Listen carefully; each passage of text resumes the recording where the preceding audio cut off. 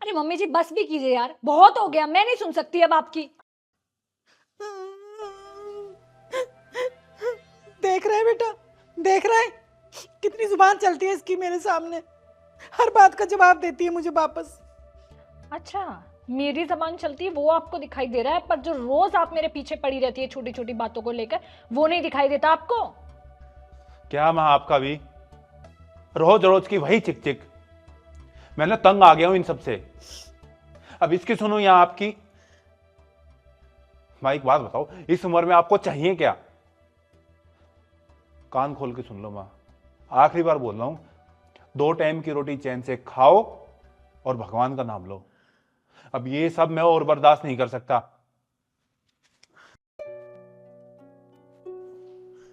पड़ गई तसल्ली, मिल गया आपको चैन, यही सुनना था ना आपको, अब खुश?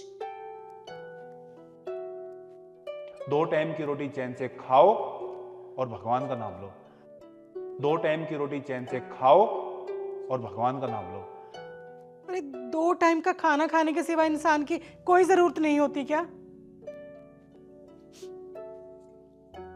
आने दो, आज उन्हें बताती हूँ अच्छे से।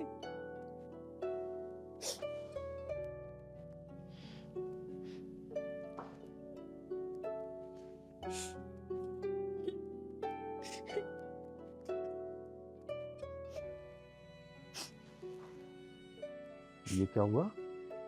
सबको रुलाने वाली आज खुद रो रही है। क्या मतलब है तुम्हारा? नहीं नहीं, पर हुआ क्या? रो क्यों रही हो? आज तुम्हारे बेटे ने मुझे इतनी बड़ी बात बोली है ना कि मैं क्या बताऊं। अरे कुछ बताओगी भी? उसने बोला कि मैं चैन से 2 वक्त की रोटी खाऊं और भगवान का नाम लूं। कितना बदल गया है संजू। बहू का साथ दिया उसने। क्या इसी दिन के लिए पाल पोस के उसे बड़ा किया था? अरे तो इसमें क्या गलत कह दिया उसने? ठीक ही तो कहा है। इस उम्र में इंसान को 2 रोटी चैन से मिल जाए और क्या चाहिए। ये क्या बोल रहे हो? हाँ, क्या तुम भी बहू और बेटे का साथ दे रहे हो? साथ नहीं दे रहा हूं। तुम भूल गई जब पिताजी गुजर गए थे और उनके गुजर जाने के बाद माँ एक बार तीर्थ यात्रा पर जाना चाहती थी। तुमने कितना बखेड़ा खड़ा किया था, और मैंने भी इस डर से कि कहीं घर का माहौल ना खराब हो जाए उन्हें जाने से मना कर दिया था। अपनी छोटी छोटी सी जरूरतों को भी बताने में कितना हिचकती थी माँ। अपनी सारी जरूरतों, सारी इच्छाओं को मन में ही मार लिया था उसने। और मैं माँ को चुपचाप बिस्तर में पड़े हुए देखा करता था, उनकी लाचारी को देखता रहता था, और इस डर से तुमसे कुछ नहीं कहता था कि कहीं मेरा घर ना उजड़ जाए। सिर्फ 2 वक्त की रोटी ही रह गई थी माँ की किस्मत में, और वो 2 वक्त की रोटी भी तुमने कभी बिना एहसान जताए नहीं दी। और उस वक्त तुम कितना खुश होती थी कि मेरे घर में मेरी चलती है, और आज बहू को क्यों दोष दे रही हो?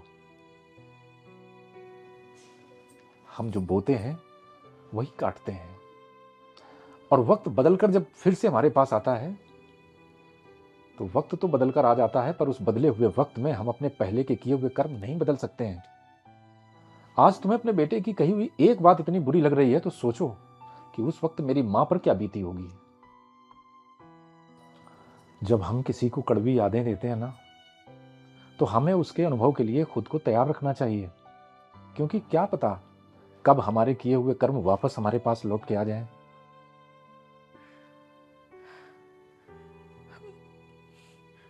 मुझे मुझे अपने किए पे पछतावा हो रहा है बहुत। पर अब इस पछतावे का भी कोई फायदा नहीं, क्योंकि तुम चाहकर भी उनसे माफी नहीं मांग सकती।